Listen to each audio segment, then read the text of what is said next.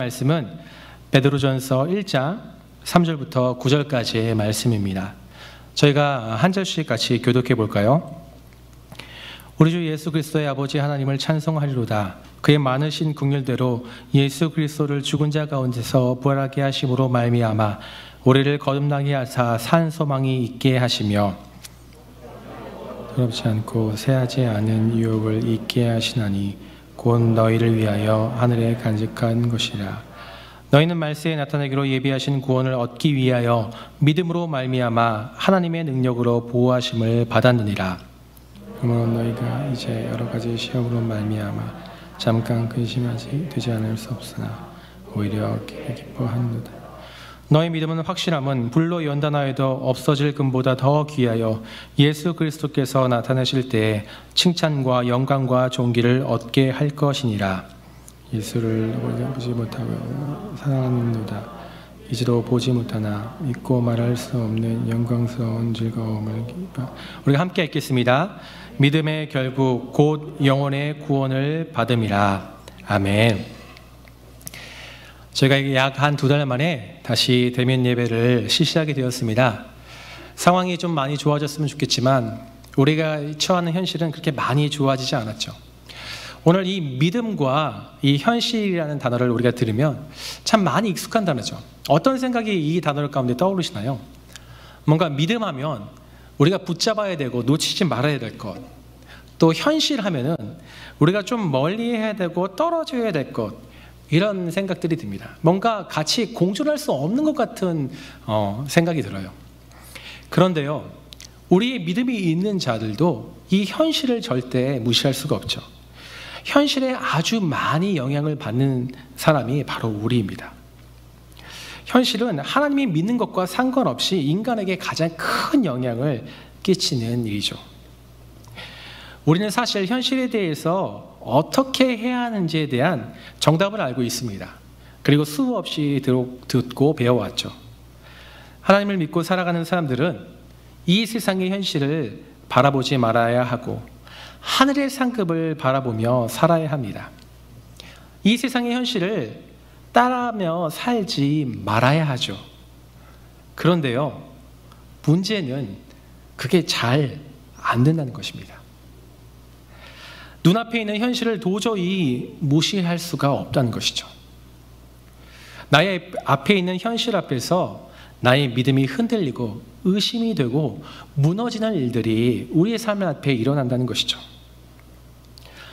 먹고 사는 문제에 염려하지 말라고 했는데 염려가 되고, 세상을 부러워하지 말라고 했는데 정말 좋은 집과 돈이 많은 사람들 보면 나도 그렇게 살고 싶고, 하나님께서 나를 선한 길로 인도하시는 분이라고 하는데 나에게만은 그런 일이 일어나지 않은 것 같습니다. 하나님을 믿으면 평강과 은혜와 위로를 주시는 분이라고 했는데 예수님을 믿고 있는데도 그것은 아주 조금이고 대부분의 나의 삶은 위로와 평안하지 않고 나의 고민하고 있는 상황들이 도저히 나아질 것 같지 않는 그런 순간들이 찾아오고 오히려 더 나빠지기도 합니다. 오히려 예수님을 믿는 것이, 믿음으로 사는 것이 더 힘들기도 하죠.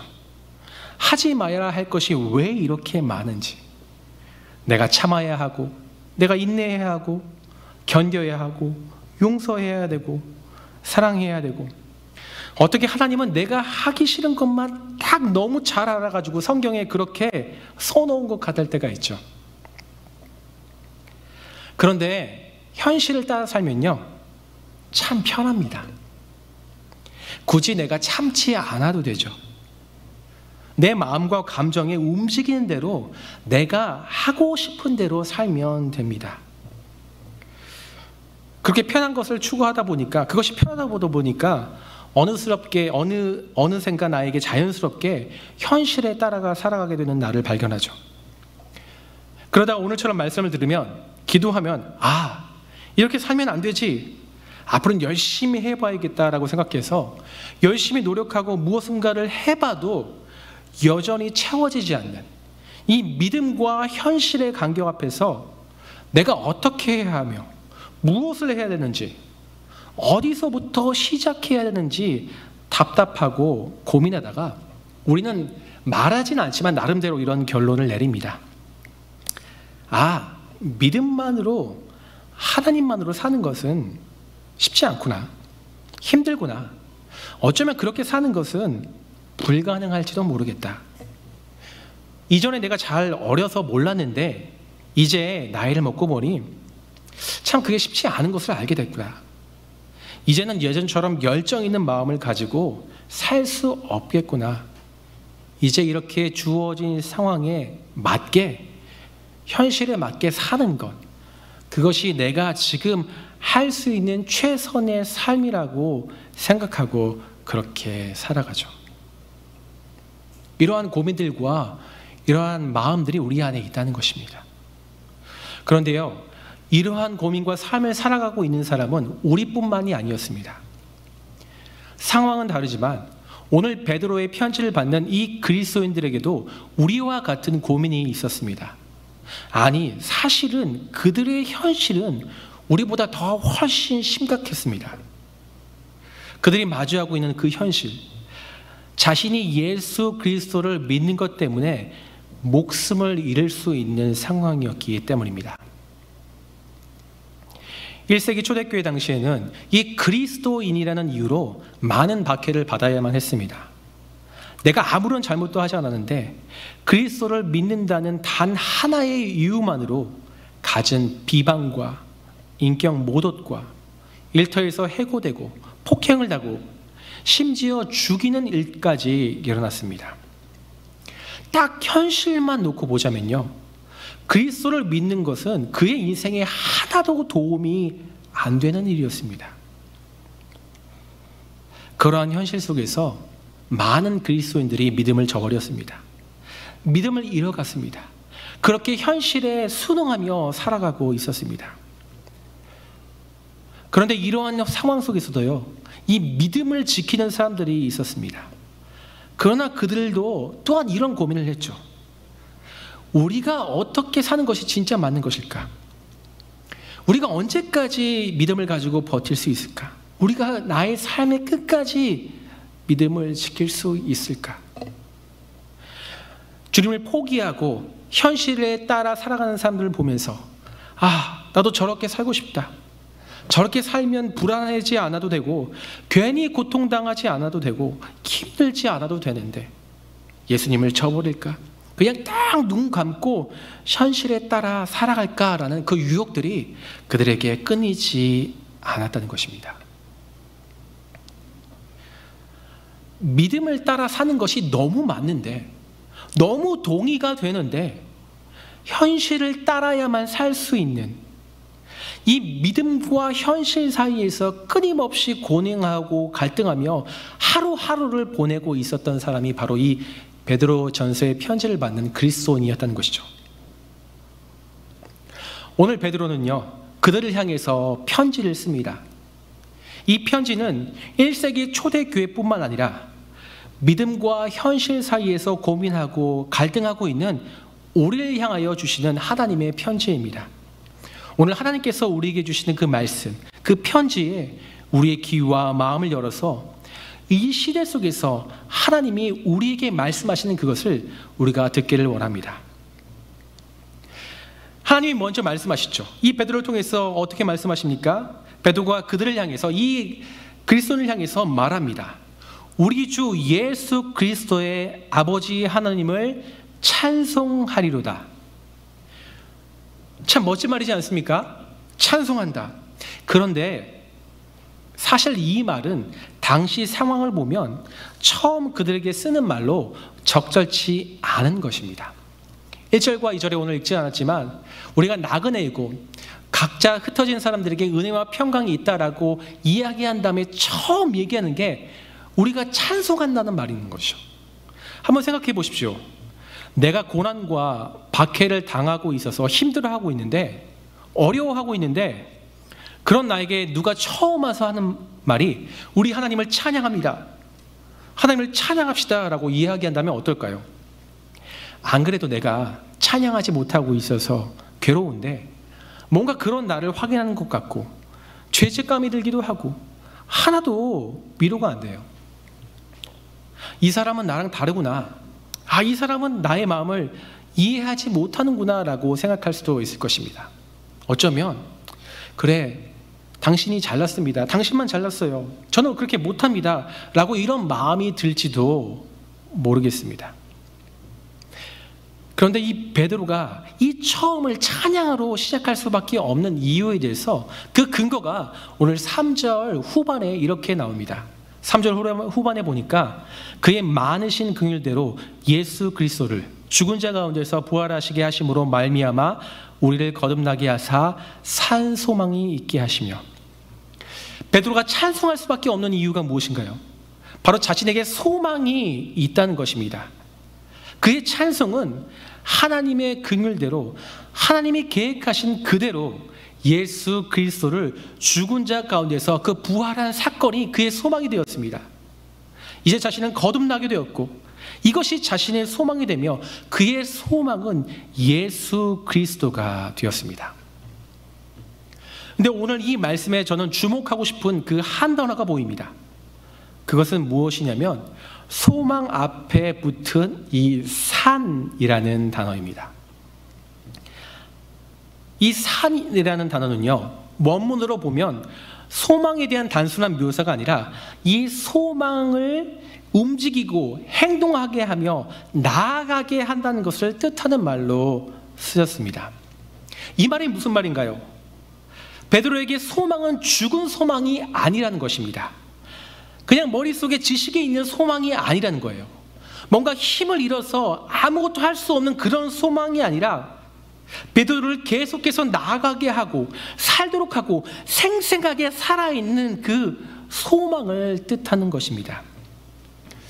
우리에게 살아있는 소망이 무엇인가를 생각해 보면요, 이런 것이죠. 만약에 진짜 소망이 된다면 그것은 나를 움직이고 일으키게 하고 역동적이고 살아가게 한다는 것이죠.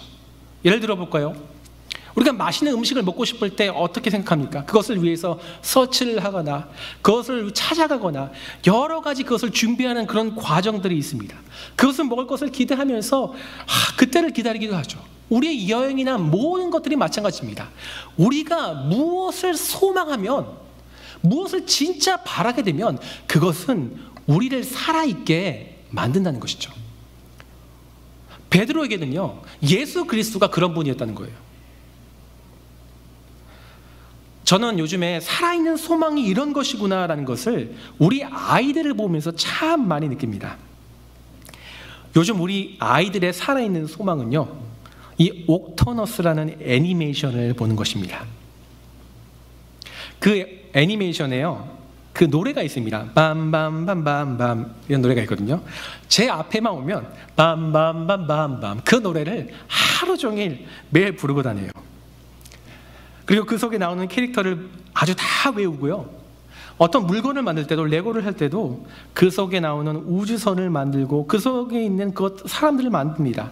그러면서 저에게 물어봐요. 아빠, 오늘 옥터너스 볼 수 있어? 우리 언제 볼 수 있어? 라고 물어봅니다. 제가 오늘은 보여줄게 하면은 예 하면서 세상을 다 가진 듯한 표정을 지어요. 그리고 옥터너스를 보는 내내 웃음이 가시지가 않습니다. 그런데 그것으로 끝나는 것이 아니에요. 그것이 끝나면요, 다음에 그것을 다시 볼 날을 기대하고 숙제도 열심히 하고 피아노도 치고 아빠 엄마 말씀을 잘 듣는 것을 보게 됩니다. 우리 아이들을 볼 때도 명확해요. 정말 소망이 되는 것은요, 나에게 소망이 되는 것은 나를 살아있고 움직이게 한다는 거예요. 여러분을 움직이게 하고 있는 소망이 무엇인가요? 지금 여러분을 역동적이게 하고 살아있게 하는 그 소망이 무엇인가요? 오늘 편지를 쓰고 있는 이 베드로도요, 이 초대교들과 같은 상황 가운데 있었습니다. 그가 힘들지 않았다는 것이 아니에요. 믿음과 현실 사이에서 그도 고뇌하고 살고 있었습니다. 그런데 그 속에서요, 아무런 소망이 없는 것 같은 그 속에서 그는 예수 그리스도만이 자신의 산 소망이라고 이야기합니다. 그 은혜가 자신에게 살아있다라고, 나를 움직인다라고 고백하고 있는 것이죠. 어떻게 그럴 수 있었을까요? 우리가 쉽게 생각하기에 그는 사도였기 때문에, 그는 예수님과 오랜 시간을 같이 보냈기 때문에 그렇다고 생각할 수 있죠. 베드로는 주님의 말씀을 많이 들었고 옆에서 그것들을 경험했고 또 많이 기도했기 때문에 그럴 수 있다라고 생각할 수 있습니다. 그런데 오늘 베드로는요, 그 비결을 우리에게 말해주고 있어요. 그 비결이 3절 후반에 이렇게 이야기합니다. 3절 후반에 보니까 우리를 거듭나게 하사 산 소망이 있게 하시며, 그 비결이 무엇입니까?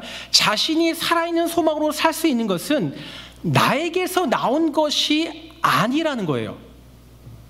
내가 이 소망을 가지고 있는 것, 살아있는 소망이 있는 것은 그것을 주시는 분이 있기 때문이라고 이야기합니다.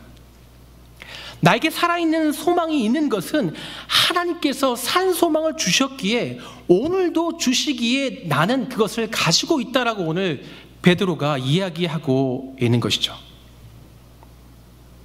예수 그리스도를 믿는 자, 거듭난 자에게는 살아있는 소망, 그것이 이미 주어진 것입니다. 그 소망은요, 나의 능력과 어떤 외모와 노력이 아니라 하나님의 은혜가 나에게 임했고 그 소망을 부어주셔서 나의 삶을 변화시키시고 나를 살아있도록 하며 그 소망의 이름으로 우리를 구원하시고 인도해 가신다는 것이죠. 이것이 기독교가 믿는, 우리가 믿는 복음이라는 것입니다. 그런데요, 우리는 실제로 이것과 반대되는 것을 믿을 때가 많습니다. 우리가 읽었던 팀 켈러의 내가 만드신 이라는 분은, 그 책에서의 저자 이 팀 켈러 목사님이 이 복음에 대해서, 산소망에 대해서 이렇게 얘기하십니다. 복음은 충고가 아니라 소식이다. 여러분, 충고는 무엇입니까? 아직 일어나지 않은 일이라는 거예요. 충고는 너가 이런 일을 해야 된다라고 하나의 조언이라는 것이죠. 근데 소식은 다 그와 다르다는 것입니다. 소식은 이미 일어난 일이라는 거예요. 이미 우리 가운데 일어났다는 것이에요. 그것을 위해서 우리가 할 수 있는 것이 아무것도 없다는 것입니다. 근데 우리는요, 구원을 받기 위해서, 산소망을 얻기 위해서 무엇이 해야 된다라고 많이 생각하는 것 같습니다. 내가 노력해서 얻어낼 수 있다라고 생각하죠. 열심히 해서 쟁취하려고 합니다. 사실 저도 그렇게 많이 설교했습니다. 그리고 수많은 설교에도 우리는 이렇게 돼야 된다는 얘기를 우리가 들어왔습니다. 기도해야 합니다. 주님을 바라봐야 합니다. 순종해야 합니다. 서로 사랑하세요. 그럴 때, 그런 설교를 들을 때, 그런 이야기를 들을 때 어떤 마음이 드시는가요?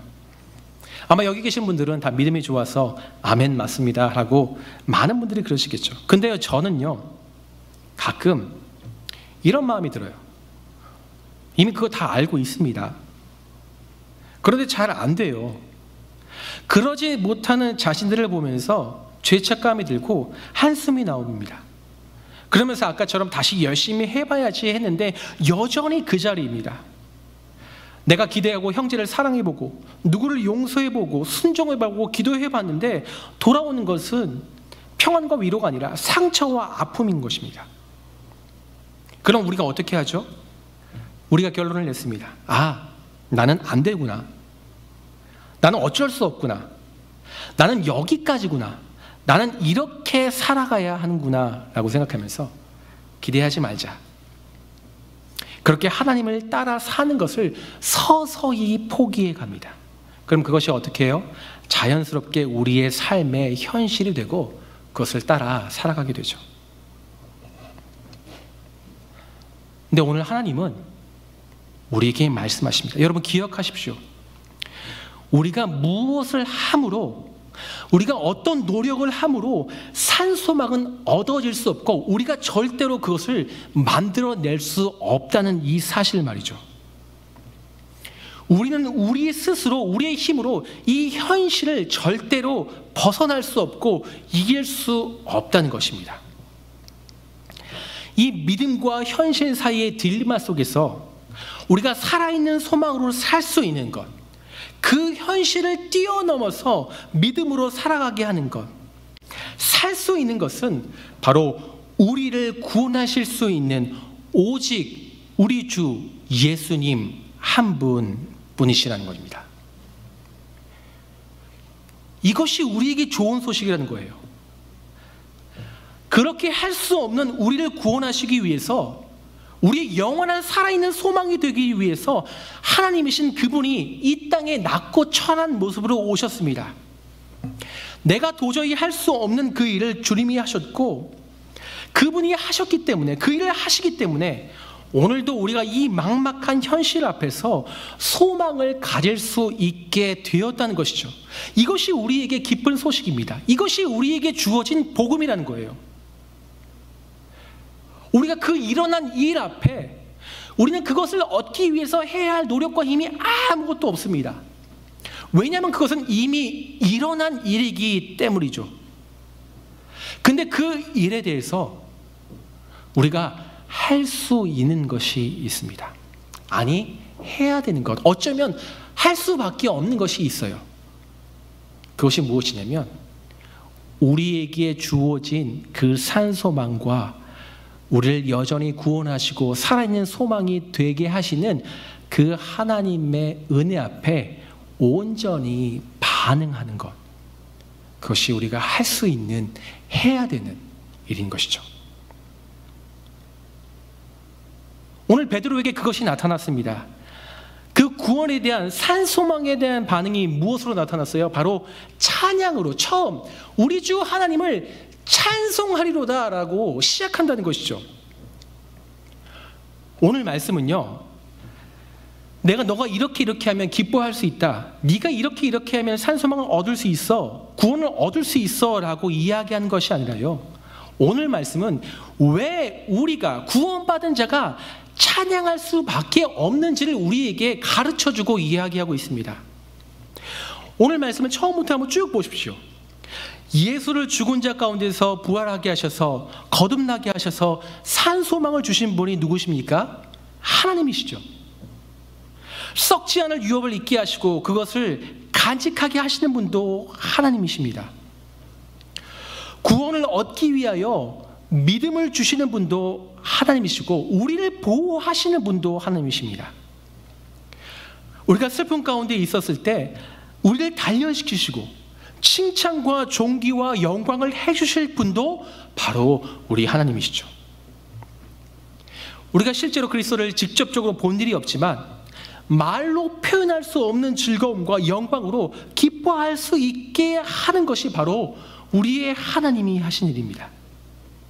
오늘 9절의 마지막에 보면 이렇게 얘기하죠. 믿음은 나의 믿음이 아닌 하나님께서 우리에게 베풀어 주신 그 믿음은 결국 곧 우리의 영혼을 구원케 하신다는 것입니다. 그래서 베드로가 찬양할 수밖에 없는 거예요. 내가 구원받기 위해서, 산소망을 얻기 위해서, 살아있기 위해서 내가 아무것도 한 것이 없는데 어느 날 그것이 나에게 주어지고 그것이 나를 끌어가게 된다는 것입니다. 하나님이 다 하셨고 하나님이 하십니다. 그래서 찬양이 터져나올 수밖에 없는 것이죠.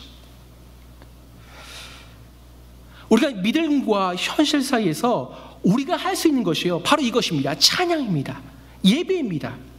오늘도 이런 나를 구원해 가시는구나, 오늘도 그렇게 현실을 따라 살아가는 나를 위해서 구원하시고 예배하시며 너는 나의 백성이야, 나의 자녀야, 내가 끌어갈 거야 라고 산소망을 부어주시는 그 주님의 은혜 앞에 우리가 찬양할 수밖에 없는 것이죠. 그렇게 예배 가운데 하면 어떤 일들이 일어납니까? 기도할 수밖에 없는 것입니다. 말씀을 읽을 수밖에 없어요. 헌신할 수밖에 없는 것입니다. 왜냐하면요, 그 은혜가 나에게 너무 크기 때문에 내가 그 은혜 앞에 조금이라도 갚을 마음, 그 은혜의 마음이 생겨서 그렇게 알고 싶어서, 그것이 정말 산소망이니까, 그것이 정말 산소망인 걸 알았기 때문에 주님 앞에 나와서 기도하고 말씀 보고 섬기지 않을 수 없는 것이죠. 제가 지난 주일 그 예배 인도하면서도 얘기했지만 저는 가끔 저를 보면 나쁘다라는 생각을 합니다. 참 나는 나쁘다, 못됐다라는 생각이 들어요. 하나님을 믿고 말씀을 전하는 목사가 되었음에도 불구하고 여전히 미워하고 또 정죄하고 불평하고 이런 나의 모습을 보면서 제가 예배 인도하거나 설교를 할 때 정말 어떻게 합니까 주님? 이런 내가 정말 찬양할 수 있습니까? 제가 말씀을 전할 수 있습니까? 라는 그런 절망과 한숨이 저에게 나올 때가 있어요. 그런데요, 내가 한 것으로 하나님 내가 찬양했습니다, 내가 설교했습니다, 내가 주님을 위해서 많은 것을 헌신했습니다라고 주님 앞에 가지고 나가면 항상 절망인데, 내가 하나님 앞에서 엎드리며 그 십자가의 구원, 오늘도 여전히 나에게 살아있는 소망을 부어주시는 내 안에 있는 그 하나님을 보면요, 눈물이 납니다. 다시 희망이 생깁니다. 다시 일어날 힘이 생깁니다. 얼마나 감사한지 모르겠어요. 그것이 정말요 저에게 좋은 소식이에요. 복음이 정말 저에게 기쁨의 소식이에요. 이 세상의 대사의 위로보다도, 그 어떤 위로보다도 저에게 너무나 기쁜 소식이에요. 왜냐면 나는 나 스스로를 절대 구원할 수 없지만 이런 나를 구원하시려고 주님이 나의 과거와 현재와 미래의 모든 죄를 나를 위해서 친히 담당하시고, 오늘도 이런 나를 구원하시고 하나님의 말씀을 전하는 자로, 찬양하는 자로, 이렇게 함께 하나님의 마음을 나누는 자로 나를 세워주시는 분이, 너는 나의 백성이야, 나의 자녀야, 내가 너를 쓰겠다라고 말씀하시는 분이 우리 하나님이기 때문이죠.